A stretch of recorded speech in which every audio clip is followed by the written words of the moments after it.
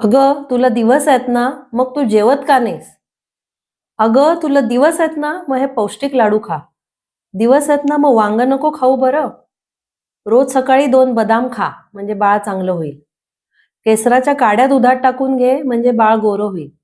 असं एक ना अनेक सल्ले तुम्ही ऐकले असतील. तर जाणून घेऊया आजच्या व्हिडिओमध्ये, की गर्भवतींनी कोणता आहार घेतला पाहिजे आणि तो कसा घेतला पाहिजे. नमस्कार, मी डॉक्टर प्राची कोरांने. मागील 20 वर्षापासून स्त्रीरोग व प्रसूती तज्ज्ञ म्हणून कार्यरत आहे. तर चला सुरू करूया आजचा व्हिडिओ. प्रेग्नन्सीमध्ये गरोदर स्त्री व तिच्या वाढणाऱ्या बाळाला जास्त आहाराची गरज असते. पण अनेक लोकांचा गैरसमज असतो, की 2 जीव आहेत म्हणजे आहार हा दुप्पट झाला पाहिजे. आहाराचं प्रमाण हे खूप वाढवण्यापेक्षा आहार हा जास्तीत जास्त पोषक म्हणजे चौकस किंवा बॅलन्स डाएट असला पाहिजे.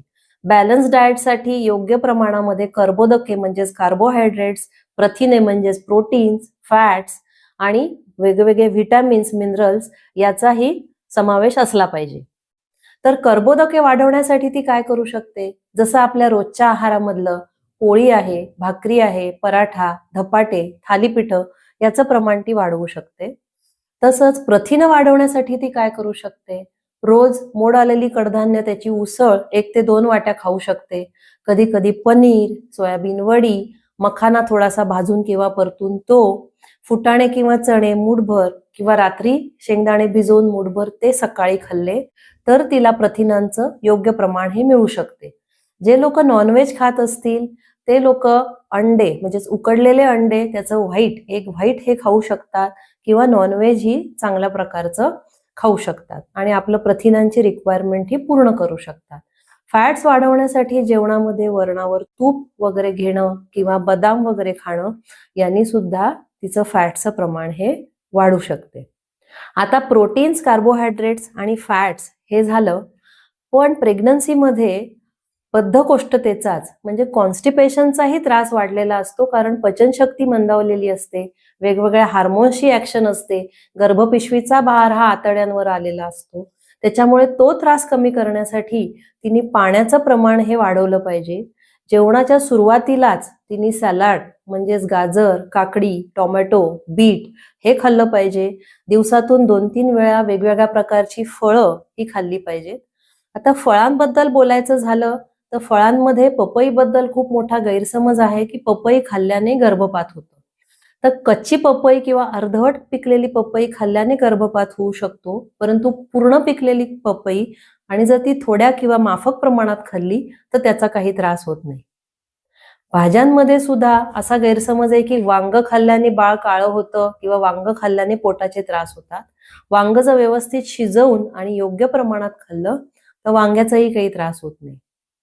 आता जसं बाकीचं झालं तसंच हिमोग्लोबिन वाढवण्यासाठी ती काय करू शकते?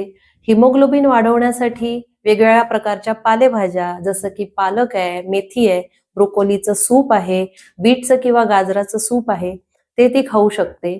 नाचणीची भाकरी किंवा नाचणीचे लाडू हे खाऊ शकते. सूप घेताना मात्र ही काळजी घेतली पाहिजे, की सूप हे गाळून नाही घ्यायचं. त्याच्यातला चोथा म्हणजे फायबर्स हेही तितकेच महत्वाचे आहे. त्यांनी पण बद्धकोष्ठतेचा त्रास कमी होतो आणि सोबतच हिमोग्लोबिन वाढवायलाही मदत होते. कॅल्शियम वाढवण्यासाठी दूध किंवा दुग्धजन्य पदार्थांचं सेवन हे वाढवलं पाहिजे.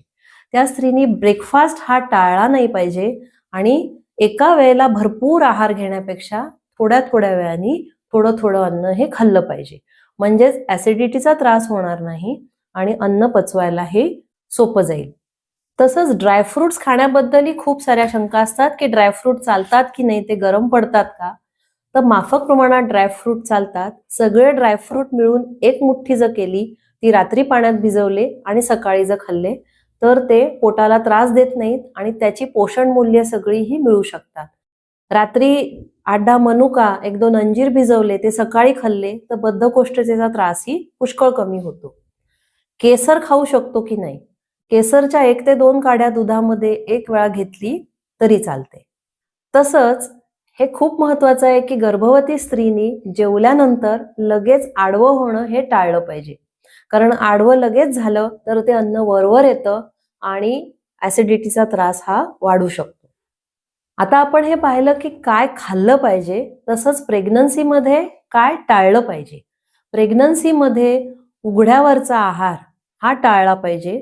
प्रेग्नन्सीच्या सुरुवातीच्या दिवसात तर हे अत्यंत महत्वाचं आहे, कारण डोहाळे लागलेली असतात, खूप सारी इच्छा असते की पाणीपुरी खायची, भेळपुरी खायची.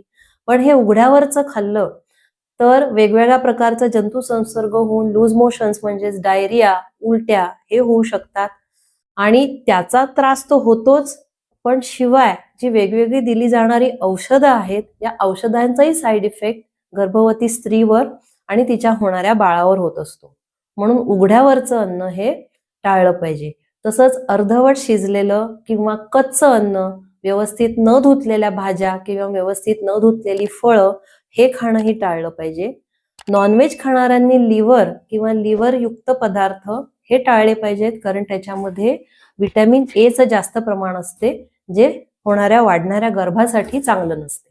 तर माझ्या गर्भवती मैत्रिणींनो, आज आपण जाणून घेतलं की प्रेग्नन्सीमध्ये कोणता आहार घेतला पाहिजे, कोणता आहार टाळला पाहिजे.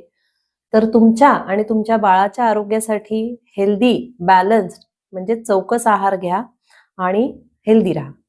आजचा व्हिडिओ जर तुम्हाला आवडला असेल तर व्हिडिओला लाईक करा, जास्तीत जास्त लोकांपर्यंत शेअर करा आणि या चॅनलला जरूर सबस्क्राईब करा. तर पुन्हा भेटूया एका नवीन विषयासह. तोपर्यंत धन्यवाद.